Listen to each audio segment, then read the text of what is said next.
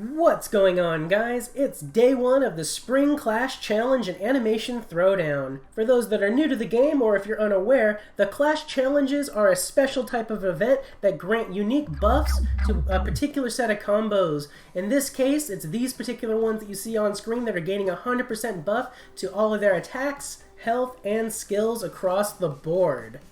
So the main goal of the clashes is to just score high with those cards and combos to get wins. We are going to be starting at max level 20 here. Your starting level is based on your secret Fight Club score. The max level there is 2250. As you can see, I'm at 2260. So as long as you're above 2250, it'll seed you high enough there to start at the max level of 20. So let's try our luck in here and see what we get. Of course, the coveted rewards here is going to be the mythic item stones. If we place high enough in top 10, we can get the mythic item fragments just to craft it right out of the gate. And of course, with the milestones, we can get super mythic stones as well. So it's a good free way to go about getting your mythic cards. So without further ado, let's jump on into the hits and see how this goes.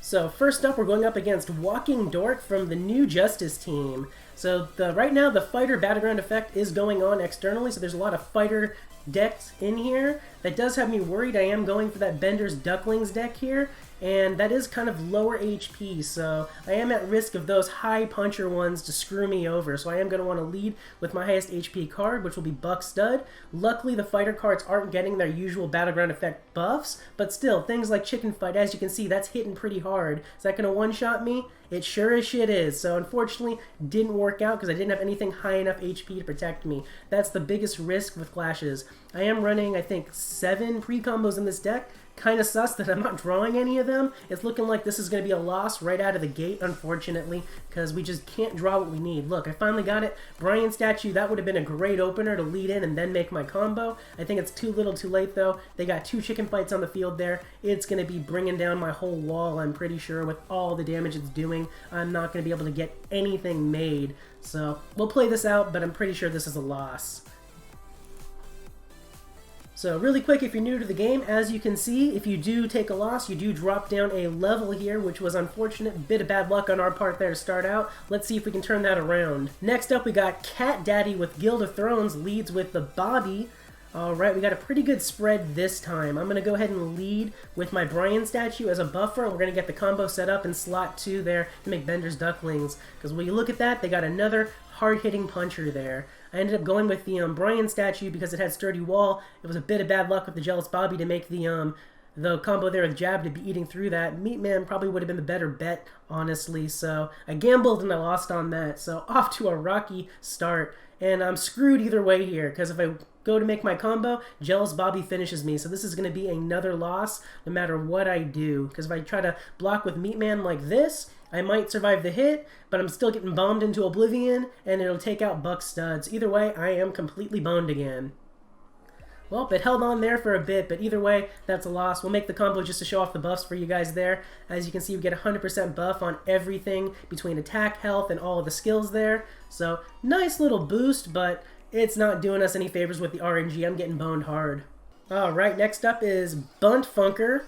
No guild. They got the Pawtucket. We've dropped down enough levels now to where I'm feeling pretty safe to just start making regular combos over the pre-combos in the slot. I don't think they can really hurt me too much right now. So we're going to go ahead and do Buck Stud in the first slot there. Not too worried about too many combos from Pawtucket. They can do Drunk Stan. Is that going to one-shot me? I don't think it has enough damage to hit me out there. So we can still get that combo made. Was a bit risky, but we need to take some risks to get some wins in here. So we'll get Bender's Ducklings made. Get all of my little boosts there. Did it not boost the skills of Craze there? I thought it boosted all the skills too. One second.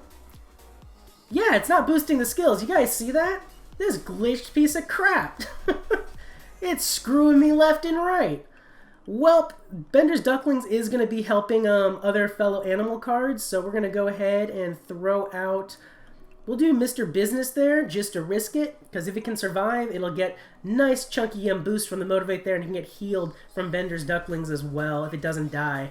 So we'll see where punches go from Sex Ed. It went for the kill, but it wasn't enough to secure it, so we're in a safe spot there. We'll make another Bender's Ducklings, and that should secure me the win right here. Now, I could be trying to do a different type of deck, but for my current inventory, the Bender's Ducklings is what was working best for me on my setup, just because I have enough Benders to run the full deck of it. My other alternative could have been Crisscross Applesauce with Roger. I don't have quite as many Rogers to pull it off, unfortunately, and another hurdle I had to keep an eye out on for it also was that I don't have all of the athletic items to make it, I don't think. Athletic is one of my weaker traits, so I wasn't confident I could make the full deck. It would have taken a crap ton of research speed up, so I decided to go with the Bender's Ducklings. Honestly, the Bender's Ducklings strategy here I think would work fantastically if it weren't for the fact that most of the decks I'm coming up against in here have a bunch of the fighter combos that rely heavily on punches and bombs, because Bender on his own here, as you can see, does not have a lot of HP, so he's at high risk of getting one-shotted. Same with a lot of my animal items that make the combo. I don't have any of the really good tanky ones with high HP that could survive the hits that make the combo, so I'm kind of limited by my current inventory. So I have the deck, it just isn't working out that well for me this time around. As you guys have been seeing though, it is based heavily on RNG for a lot of it. For a deck like mine, it is in my best interest to be doing these pre-combos in the first slot as a buffer, just to block out against any potential one-shots, and then I'm going to get my combo set up in slot 2. Depending on the current battleground effect and decks that I'm coming up against in the clashes, sometimes I'll make the combos in slot 1. I just gotta get a feeling for the decks I'm coming up against. If I don't feel like they have a chance to one-shot me, I'll totally get my combo made in slot 1 right away, is my usual strat. For something like this though, I'm going to lose every match if I don't get this down the line played like this. Crazers are usually a great way to go on this too for this challenge, just to build the attack. If you rely only on the 100% buffs without Craze, you can still win, but it draws out the match a bit longer and leaves you at the mercy of RNG to really get boned over, so I prefer having those Crazes. I am sad that I'm not getting all of my buffs though on these skills. I think that is super sus.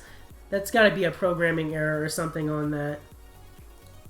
Alright, next up we got ZMFC09 from Sweet Walkers. What do we got for the move? Let's go ahead and do my Brian statue just to be safe. Please don't Jealous Bobby me like earlier. Oh, that's just as bad, if not worse. I think this is a loss. It's going to craze up by the time I get anything made. We'll go ahead and throw out Buck Stud, but I think I am boned. 68, I only have 62. Yep, we're in that same position that we were in earlier. There is literally nothing I can do. It's going to be punching me out on everything, so that is another loss. And that's it for all of my hits. As you can see, we ended at the same level we started at 20, so virtually no progress on that, which is unfortunate. You do only get 6 hits in this challenge. You are not able to refill it with gems or anything. You just have to wait for it to refill daily. Thank you guys so much for watching. I hope you enjoyed the video. If you did, please be sure to click that like button, and if you're new to the channel or haven't already, be sure to subscribe. We also stream Animation Throwdown every week on Sunday nights over on Twitch, twitch.tv/MagicianJ, so a link can be found in the video description below. Once again, guys, thanks for watching. I'll catch you all next time.